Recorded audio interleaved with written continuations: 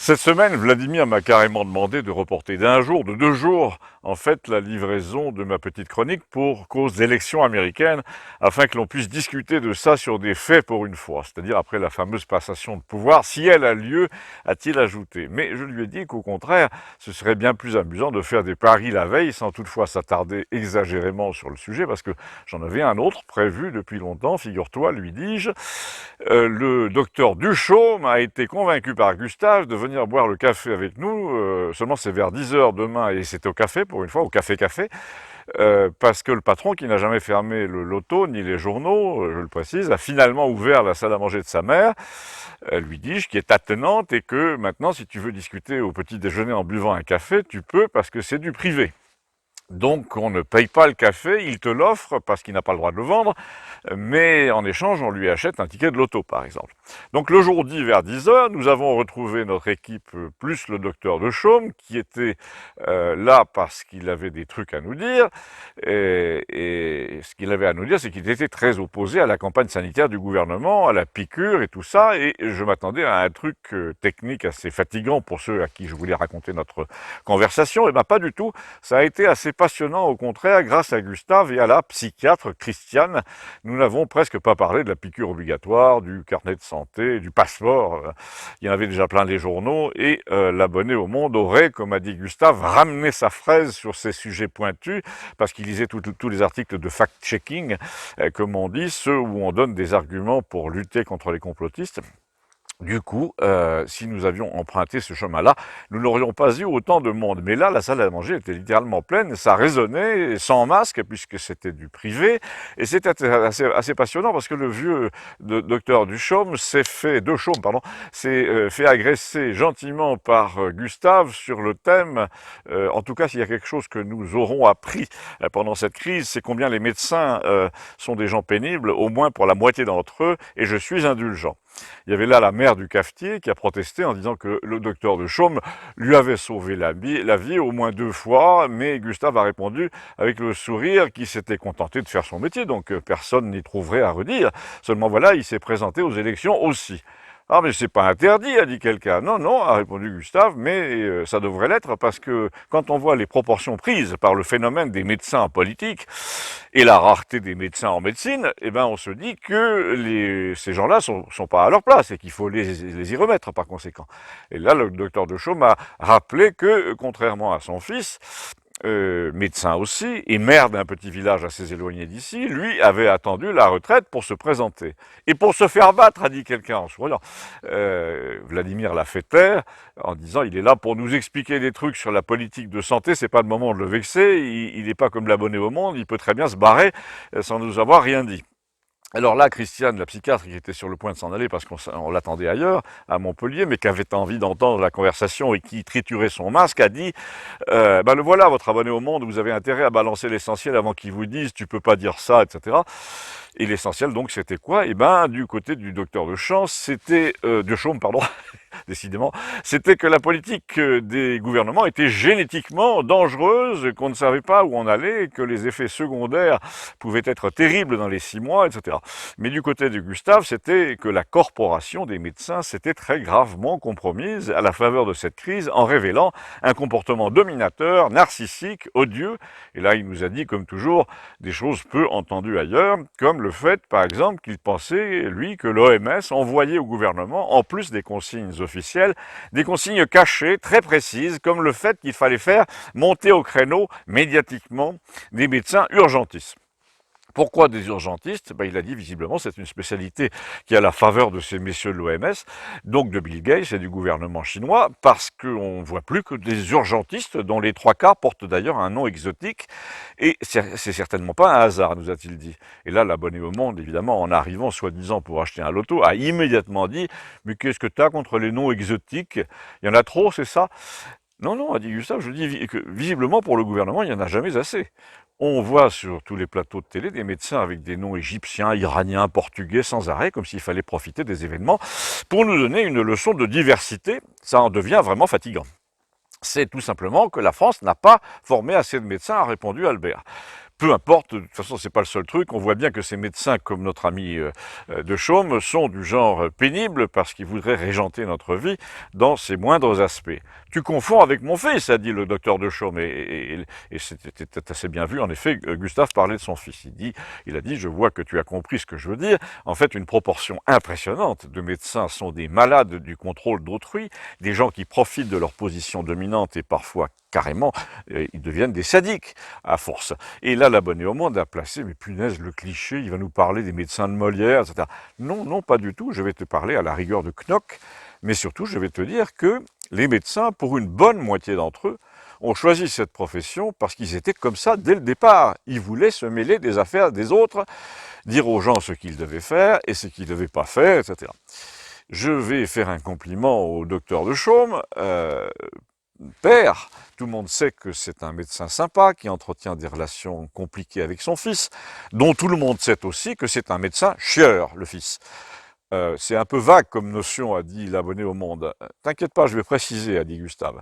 D'abord, le docteur Antoine de Chaume, le fils donc, n'est pas seulement maire en plus d'être médecin, c'est un maire dominateur en conseil municipal et qui met sans arrêt sa démission dans la balance, qui engueule les fournisseurs et qui voit partout des complots contre lui.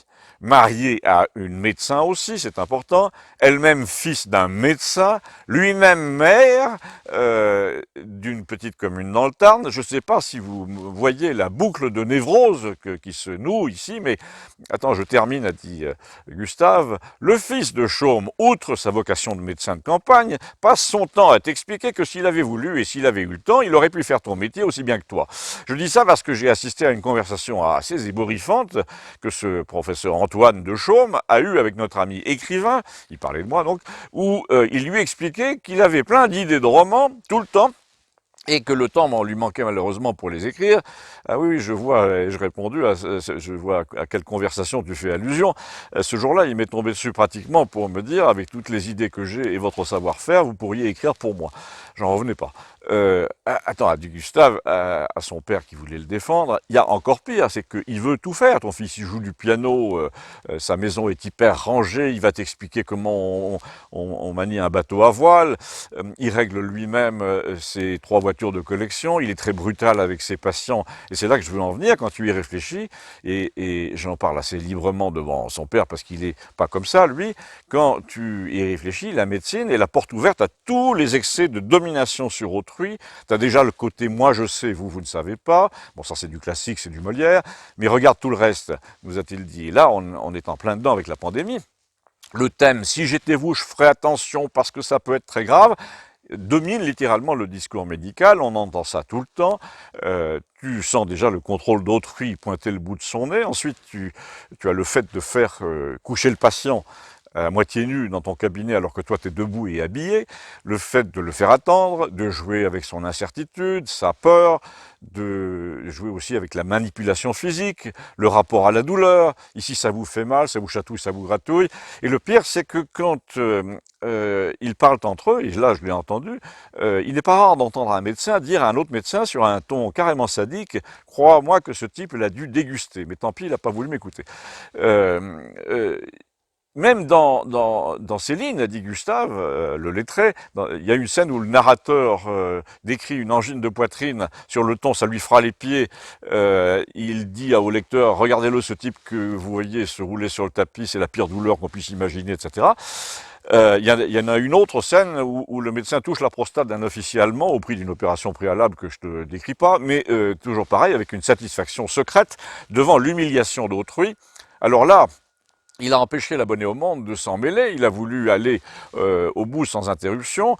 Il a dit, quand tu vois depuis 6 mois cette horde de médecins médiatiques, tous plus m'as-tu vu les uns que les autres, qui enchérissent parce que si l'un dit il faudrait enfermer les plus de 75, l'autre arrive le lendemain pour dire non, c'est les plus de 65. Après je ne sais plus quoi, les étudiants, les enfants, on veut enfermer masquer les enfants. Ces médecins qui ne savent plus quoi inventer pour se faire mousser, quand ils ne trouvent plus quoi inventer, ils demandent la tête de leurs confrères au Conseil de l'Ordre.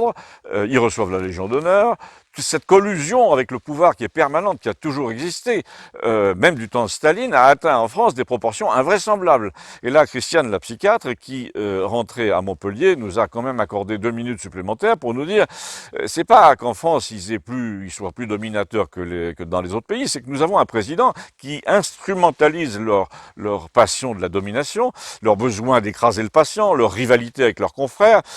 Il fait de la manipulation médicale par procuration, si on veut. N'oublions pas, et c'est capital, qu'il est fils de médecin lui-même, du côté de son père et de sa mère. D'ailleurs, son père, c'est amusant, a accepté pour une fois de commenter la nature profonde de son fils récemment, et c'était quand même hyper inquiétant. Il a dit c'est un excellent acteur, sans autre commentaire.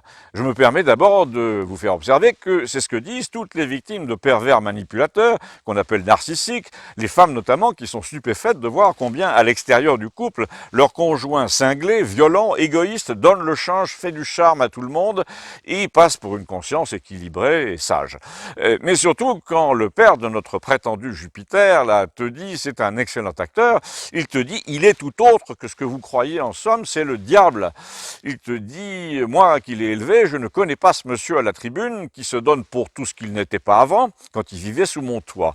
Et là tu penses inévitablement aux autres grands malades de la vie publique dans le même genre, le fameux professeur de droit violeur incestueux, là dont on vient de découvrir qu'il était lui-même un autre.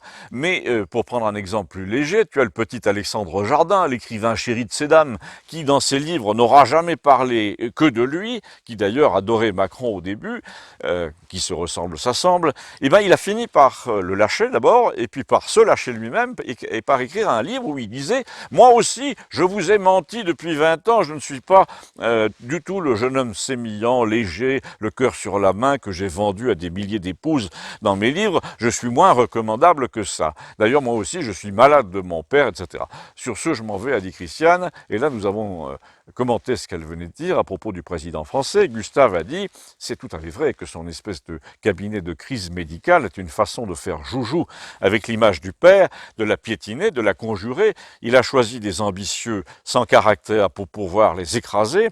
La preuve, le seul qui en avait du caractère s'est barré tout de suite, c'était le fameux Raoult. En fait, ils chevauchent leur pouvoir scientifique et à travers cette chevauchée, tu vois bien qu'ils s'adressent directement ou secrètement en même temps à son père pour lui dire « Tu vois, moi, tes collègues viennent ramper à l'Élysée pour avoir 3 médailles, donc je suis supérieur à toi. » Et Gustave a ajouté « En plus, j'ai épousé une femme qui pouvait être ma mère, donc en gros, je suis ton rival, même sur ce plan-là. » Là, dans le brouhaha général, on a senti une approbation sur laquelle Vladimir a rebondi immédiatement et habilement pour nous faire l'éloge de son héros Trump. Il a dit c'est pas Trump qui emploierait des médecins pour faire des communiqués à sa place. L'abonné au Monde a répondu justement, il aurait dû, ça lui aurait épargné de dire bien des conneries. Mais Vladimir a continué imperturbable. En fait, il n'a qu'un seul médecin, le Trump, qui lui tient lieu de conseiller scientifique. C'est le fameux docteur Fauci, dont tu vois tout de suite que la franchise est marquée sur son front. Eh ben, il l'a muselé assez vite. Et là, l'abonné au Monde lui a fait exprès de l'exciter au sujet des élections sur le ton « Alors, ton grand homme, là, il a fini par lâcher prise, par reconnaître sa défaite. » C'est demain midi, a dit Vladimir, que ça se joue. Parce que tu crois que c'est pas encore joué.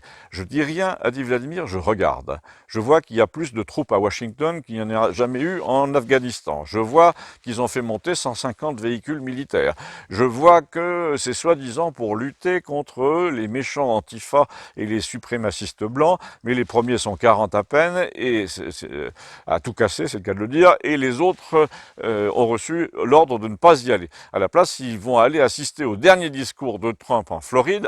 Tu vois, toi aussi, tu dis que c'est le dernier, a dit l'abonné au Monde. Et Vladimir a dit le dernier ou le premier d'une nouvelle ère, va savoir. Mais si tout est logique, a-t-il continué, il va dire, au moment où l'autre, là, le vieillard soi-disant élu, va parler, il va dire « Je me retire provisoirement puisque l'armée a reçu pour mission, il y a 2 semaines déjà, à votre insu, de protéger la suite des événements, et c'est pourquoi elle est si nombreuse ici, je lui ai donné le pouvoir d'apaiser les choses. » Oui, il va dire, la colère de la moitié de l'Amérique est trop grande désormais pour ne pas devoir être apaisée par des élections loyales sous le contrôle de l'armée dans les 6 États où le vote a basculé en 1 heure à cause de bulletins invérifiables sur des machines chinoises. Donc on va revoter dans les États litigieux sans machine, avec saisie manuelle des votes par correspondance, avec des assesseurs ordinateurs des deux bords, vérification des identités, bref, comme ça aurait dû être dès le début, mais cette fois sous le contrôle étroit de l'autorité militaire.